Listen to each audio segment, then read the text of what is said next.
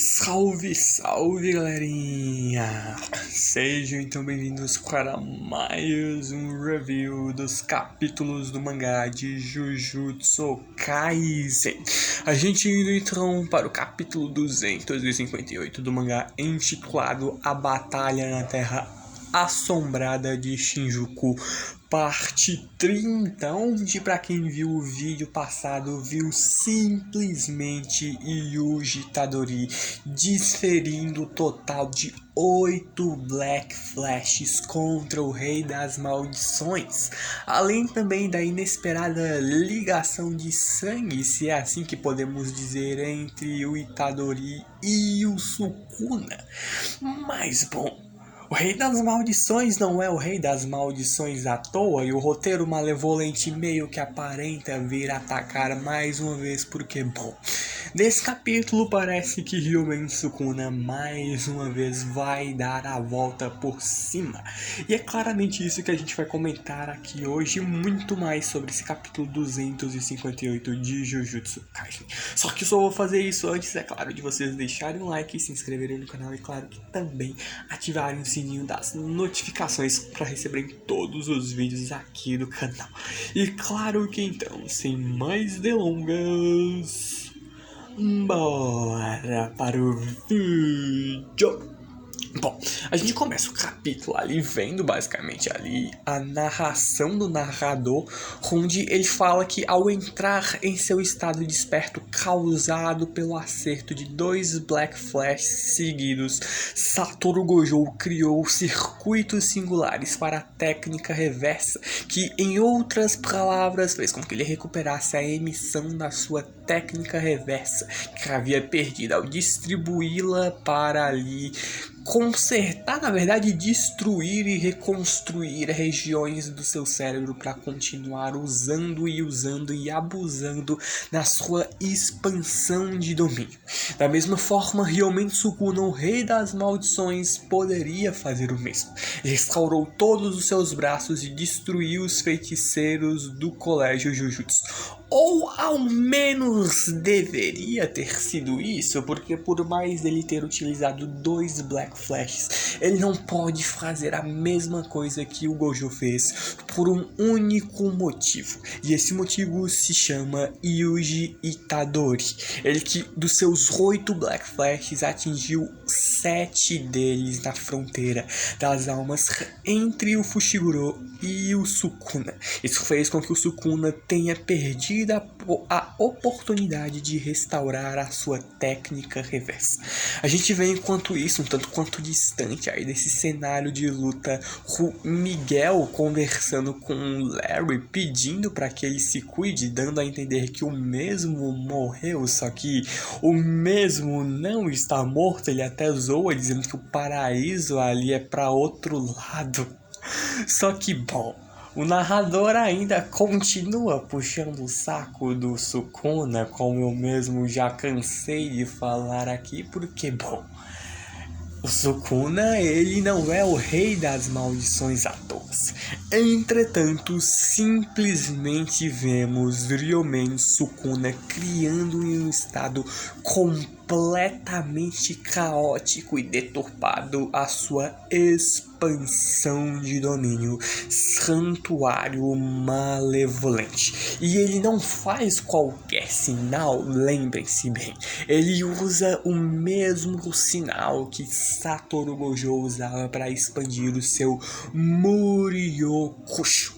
E entre as faíscas fortunas, o domínio do Rei das Maldições retorna ao comando do seu soberano. No entanto, para conseguir fazer tal façanha, ele simplesmente fez uma puta de uma gambiarra para expandir o seu domínio novamente. Simplesmente Ryomen Sukuna mudou seus relos de mão com a técnica amaldiçoada agora, na qual ele está utilizando até mesmo regiões do seu cérebro que não foram afetadas pelo vazio infinito do Gojo e a operação de uma técnica de barreira. E sim, nessa pura do gambiarra que cria uma expansão de domínio que teria ali o mesmo raio, o mesmo poder de fogo da verdadeira forma do santuário malevolente.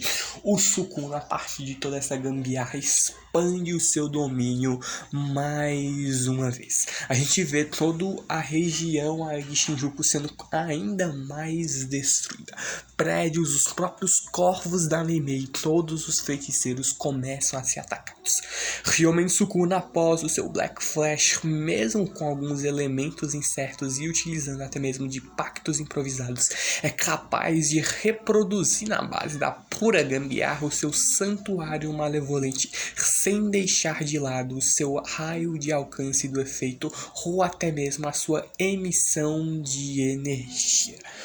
E a gente volta aí, em meio a todo esse caos que mais uma vez é gerado no caso pelo Sukuna, a gente volta para um pequeno flashback antes dessa luta, onde o Hakari falando que para essa luta contra o Sukuna, técnica reversa e medidas contra o domínio vão ser extremamente essenciais. Só que a própria Maki se mete nessa conversa toda dizendo que não tem para ela, e de fato não tem. O próprio Hakari especifica que eles não está falando nada disso para ela. A gente vê que ali o próprio Chozo começando a entrar nessa conversa, que vendo que quanto à técnica reversa ele acha que ele e o Yuji conseguiriam se virar, já que, bom, a gente vê de que o Chozo tem ali a sua técnica de manipulação de sangue e o Itadori, pelo que deu a entender, comeu os fetos amaldiçoados do número 4 ao 9.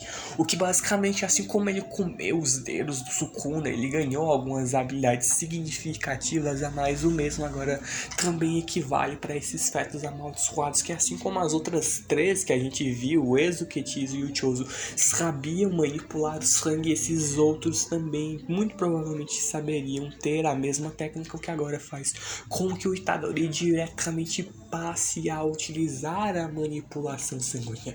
E bom, isso pode estar intimamente ligado, ou ao menos ter um funcionamento muito parecido para a energia amaldiçoada reversa. O próprio Chozo ali vendo que a Ieiro, o Hakari e o Yuta, ele querendo se perguntar sobre como que eles fazem em relação à energia amaldiçoada, quando eles regeneram o corpo com a técnica reversa, de onde vem o sangue perdido para substituí-lo. Bom, a gente vê a resposta de cada um dos três. O Hakari que responde que a técnica amaldiçoada reversa dele é toda no automático, já que basicamente com a recompensa da expansão de domínio ele fica com energia amaldiçoada basicamente infinita por 4 minutos e, se eu não me engano, uns 11 segundos. Então, se ele tem energia infinita, o próprio corpo dele gasta essa energia a rodo, que gera automaticamente uma energia amaldiçoada reversa para ele. O Yuta, que também para ele é algo um tanto quanto intuitivo, mas a gente vendo que aí ele tem uma explicação um tanto quanto mais sensata. A energia amaldiçoada para a criação ali da energia reversa simplesmente é no processo de transmutação, digamos assim. A energia amaldiçoada da energia reversa que é utilizado para curar alguém é simplesmente convertida em sangue. No caso da técnica amaldiçoada reversa, a maioria das pessoas é capaz de curar a si mesma, mas não consegue curar outras pessoas. O motivo, primeiramente, é o fato da aplicação ser diferente, porque, convenhamos, uma coisa é você curar o seu próprio corpo. Você tem um conhecimento muito grande sobre o seu próprio corpo, mas o corpo alheio de uma outra pessoa é algo um tanto quanto difícil. E um outro motivo é a própria rejeição do receptor. Pensem que o processo é simplesmente transformar a energia amaldiçoada em sangue, mas se o sangue se torna ali assim devido à energia amaldiçoada, lembrem-se que não existe apenas um tipo de sangue. O sangue que a Ieiri, por exemplo, usa para curar o corpo dela é de um tipo, enquanto o sangue que ela usaria para curar qualquer outra pessoa pode ser de algum outro tipo. A gente tem sangue O negativo, O positivo, AB, tem tem A, B, tem vários tipos de sangue. Então você não necessariamente vai aplicar o mesmo tipo de sangue no seu corpo e vai funcionar no de outra pessoa. É o mesmo procedimento de uma transfusão de sangue. Eu não posso simplesmente pegar o meu sangue e dar para qualquer pessoa e ela vai aceitar. Em alguns casos podem sim, mas não é qualquer sangue. Tem que ter uma compatibilidade, então é uma pegada bem interessante. A rejeição da energia amaldiçoada de quem está tratando ou falha de conversão de energia amaldiçoada por parte do tratado são ali algumas das causas que fazem com que a eficácia ali dos tratamentos da IEIR utilizando a energia reversa em outras pessoas acabe tendo uma eficácia que varia consideravelmente de pessoa para pessoa. E o próprio Choso vendo que é como ele pensava. Ele que tem uma condição corporal por ser meio humano, meio maldição, e consegue com uma facilidade maior converter energia amaldiçoada em sangue.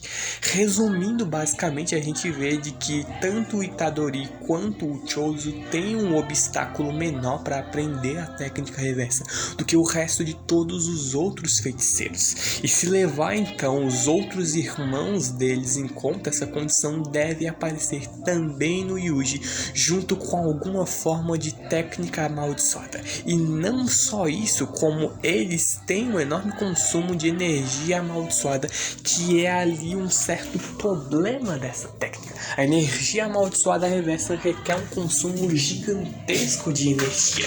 E bom, isso justamente porque eles têm que fazer uma conversão significativa não apenas da energia amaldiçoada em sangue, como também em outras partes do corpo que foram destruídas. E se eles, por conta própria, com a própria técnica deles, com a eficácia maior, conseguem já produzir o próprio sangue, isso vai diminuir relativamente um pouco do consumo de energia amaldiçoada, porque eles têm uma técnica que vai produzir sangue no próprio corpo, o que vai diminuir um pouquinho a necessidade do uso de energia amaldiçoada e vai gerar uma eficácia consideravelmente maior, o que é algo até bem interessante. Por isso que o próprio Choso, para entender um pouco mais sobre energia amaldiçoada reversa e tudo mais, ele quer em um futuro treino de substituição, que vai ter uma explicaçãozinha melhor daqui a pouco. Ele quer enfrentar alguém que consiga utilizar a técnica reversa pelo menos uma vez. Só que é aí que vem a grande pergunta do Itadori: o que raios é esse treinamento de substituição? E basicamente isso se baseia na técnica do Ui. A gente que já tinha ali algumas dúvidas e algumas hipóteses do que seria, mas a gente tem agora a explicação definitiva. A técnica dele simplesmente é um movimento espacial do alvo, o que significa que com ele simplesmente pode teletransportar qualquer lugar para qualquer lugar ou pessoa que ele marcar. Ou seja, é basicamente uma técnica que funciona tipo uma magia espacial, só que ele só pode transportar determinadas pessoas e ir para determinados locais que estiverem marcados. Só que o diferencial dessa técnica, que ela não funciona apenas em objetos, coisas materiais, onde eles vão nessa hora dividir o alvo em alma e corpo. E é basicamente esse o diferencial, não funciona especificamente apenas ali no corpo como um todo. A gente tem a técnica podendo funcionar tanto na alma da pessoa como no corpo. Em outras palavras, ele pode até mesmo substituir a alma de duas pessoas de lugar, ou seja, uma troca de almas, o que se torna até um tanto quanto comédia quando a gente vê o Itadori tentando entender e chega a um ponto que ele simplesmente não entende mais nada. Mas vamos imaginar como se o corpo fosse a caixa e a alma fosse o conteúdo que está dentro dele. Basicamente o corpo é a caixa de presente e a alma é o que está dentro, é o verdadeiro presente em si. Essa caixa é como presente de aniversário de outra pessoa e você não pode retirar o conteúdo sem permissão. E a gente basicamente vê de que O que significa que trocas de alma só podem ser feitas com a autorização da pessoa. É diferente da técnica do Mahito, que ele conseguia mudar ali, tocar e manipular tranquilamente a alma da pessoa mesmo sem a permissão dela. Óbvio que isso iria variar também do grau de eficácia dependendo da condição da pessoa. Quanto mais fraca ela tivesse, mais fácil a técnica iria funcionar. E onde o Itadori, que já basicamente não tá entendendo mais nada, se perdendo em meio de toda essa explicação, mas a gente vendo que, em outras palavras, é possível retirar o conteúdo dessa caixa, ou seja, a alma é possível ser tirada do corpo de alguém tendo a permissão dessa pessoa. Somente humanos marcados e almas de pessoas para pessoas são transferidas e substituídas. Só que, bom, aí gera um certo questionamento do Itadori, que é um tanto quanto interessante. Onde ele mesmo se lembra que ele lutou contra o Mahito e a técnica do Mahito consistia basicamente quando a alma muda de forma, o corpo também mudava de forma. Então, se a alma, por exemplo, do Itadori for substituída, por exemplo, pela do Kusakabe, o que explica aquela cena onde a gente tem ali o Kusakabe falando gírias que apenas o Itadori usa, explicando que basicamente eles trocaram de alma. E a gente vendo que se, por exemplo, a alma deles fosse trocada, significaria que o corpo deles iria ser forçado a se adaptar à forma da alma. Só que, bom, o corpo deles não mudou, a gente vê que eles permanecem os mesmos até agora. E basicamente aí é uma outra vantagem dessa técnica do Ui-Ui. Eles não vão substituir aí, eles substituem ali as almas sem abrir essa caixa de presente. Se você não abrir, ninguém saberá se ela realmente foi substituída. Onde o que basicamente vira uma verdadeira confusão, porque não dá para entender porcaria nenhuma com o que o Yui disse, mas o meu entendimento, o que eu consigo entender.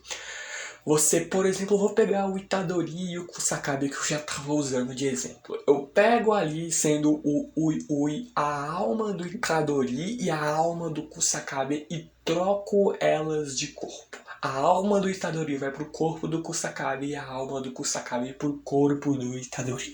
Só que a alma do Itadori não entra em contato direto com o corpo do Kusakabe, assim como o corpo ali do Itadori não vai ter contato direto com a alma do Kusakabe.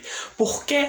Bom, não tem explicação, é simplesmente porque sim, mas eu creio que por conta de toda essa explicação tanto quanto complexa, mas o que dá a entender que provavelmente algum tipo de energia amaldiçoada seja usada talvez como uma película, digamos assim. Por exemplo, imagina que você tem uma caixa por presente, só que o presente que está dentro dessa caixa ainda está dentro de outra caixa. É como se fosse aquelas bonecas russas que quanto mais você vai abrindo, mais e mais bonecas vão saindo. Então é como se tu tivesse uma caixa de presente, só que dentro da caixa está o presente, só que esse presente ainda, por exemplo, sei lá, está embrulhado num papel de presente.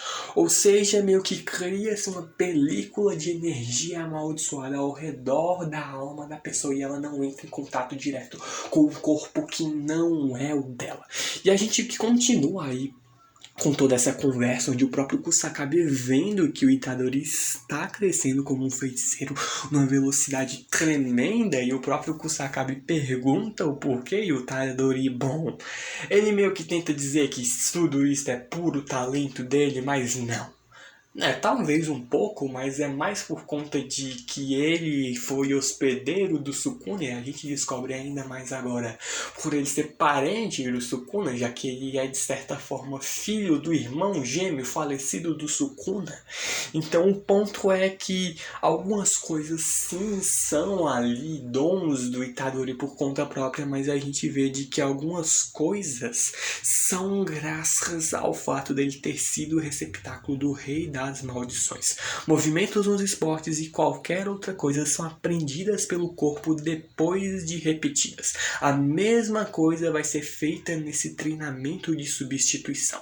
O primeiro treinamento ali vai ser com o Kusakabe, com a energia ali, com toda a manipulação de energia amaldiçoada e os fundamentos de técnica de barreira que ele sabe, ele vai usar essas técnicas que estão com ele no corpo do Itadori, o que vai fazer com que o Itadori, mesmo não sabendo, aprendendo a saber a usar, por conta de alguém ter usado isso no corpo dele. É a mesma lógica ali com ali o Sukuna. O Itadori aprendeu a usar até mesmo técnicas parecidas com a do Sukuna, ter uma resistência às técnicas do Sukuna, apesar de que não é apenas por ele ser receptáculo do mesmo, mas também por conta da ligação de sangue que eles teriam, mas dá pra entender um pouquinho de tudo isso. A gente vendo que o Sukuna manipulou o Jujutsu enquanto estava no controle do corpo do Itadori. Ele tem memórias de técnicas amaldiçoadas de classe super especial no corpo dele. Por isso a digestão e o crescimento dele são de uma rapidez completamente incomum. Mas aí surge um problema que tem uma sua solução não muito bem explicada, já que o domínio simples tem um pacto que limita ali a nova doutrina das sombras, que para quem não lembra, a técnica basicamente só pode ser aprendida por pura observação. E bom, isso não é um problema, onde a própria Meimei vê que eles deram um jeito que dá para se imaginar de que esse pacto não funcionaria exatamente se você trocasse de alma, porque você não foi ensinado a isso. Isso também não se encaixa, claro, em pura observação, já que seria o único método de aprender o domínio simples, mas não quebra a regra de que você não pode ensinar essa técnica a ninguém, porque de certa forma o Kusakabe não ensinou nada disso ali pro Itadori. Então eles meio que burlam a regra e todo esse sistema para que o Itadori consiga aprender técnicas anti-domínio. E em um mês a gente também vendo ali uma última especificação sobre a técnica do Ui Ui, que ele tem uma limitação de 2 trocas por pessoa. Então, portanto, justamente por isso eles devem pensar bem nas combinações que eles irão fazer. A gente então volta ali pro cenário atual da luta contra o Sukuna, com o Itadori utilizando a técnica da nova doutrina nas sombras, domínio simples, contra a expansão de domínio completamente caótica do Sukuna.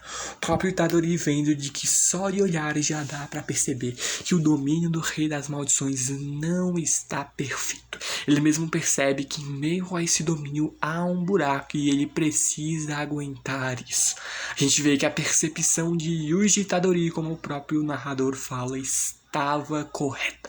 Ele fez isso ali pelo fato de que seria impossível capturar Zenimaki, que não possui energia amaldiçoada. Entretanto, Sukuna em seu estado atual não é capaz de continuar a manter esse domínio de nível amaldiçoado por muito tempo.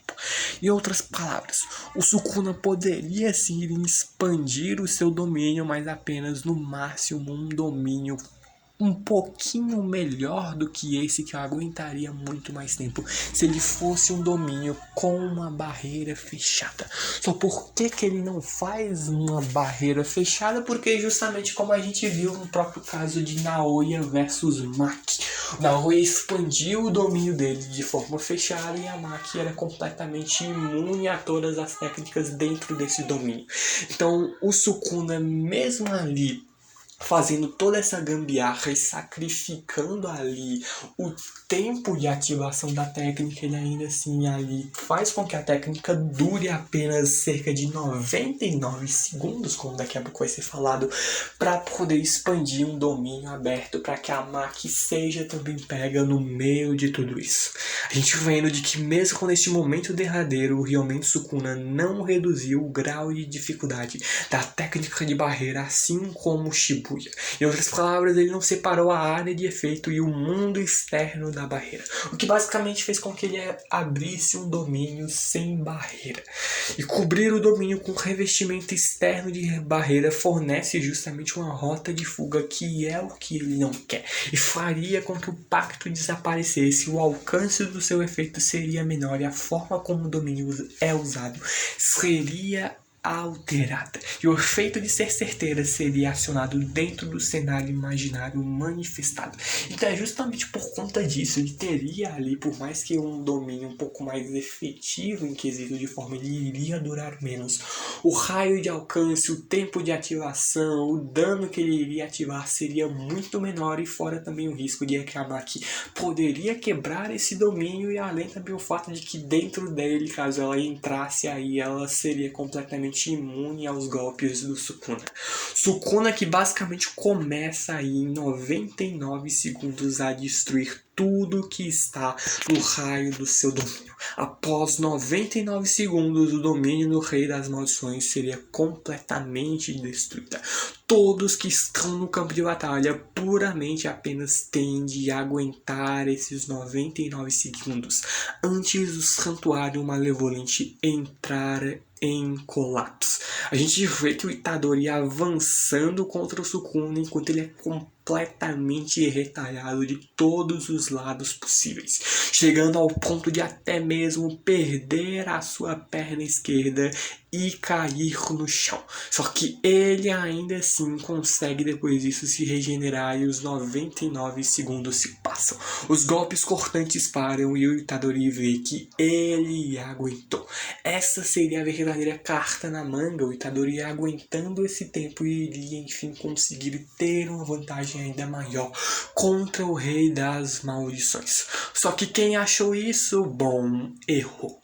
Lembrem-se que o Rei das Maldições ainda tem uma técnica escondida na sua manga. Ele começa a recitar os cânticos da sua técnica da flecha de fogo, a mesma que ele usou para aniquilar o Mahoraga lá em Shibuya, simplesmente vendo ali caminho fuga, basicamente com a tradução fornalha abrir. Simplesmente o poder de fogo de Ryomen Sukuna começará a ser utilizado. A sua flecha de fogo simplesmente apontada contra o Itadori, que, meus amigos, se ferrou ainda mais. O próximo capítulo, preparem-se para chorar, porque vai acontecer um lance que ninguém esperava.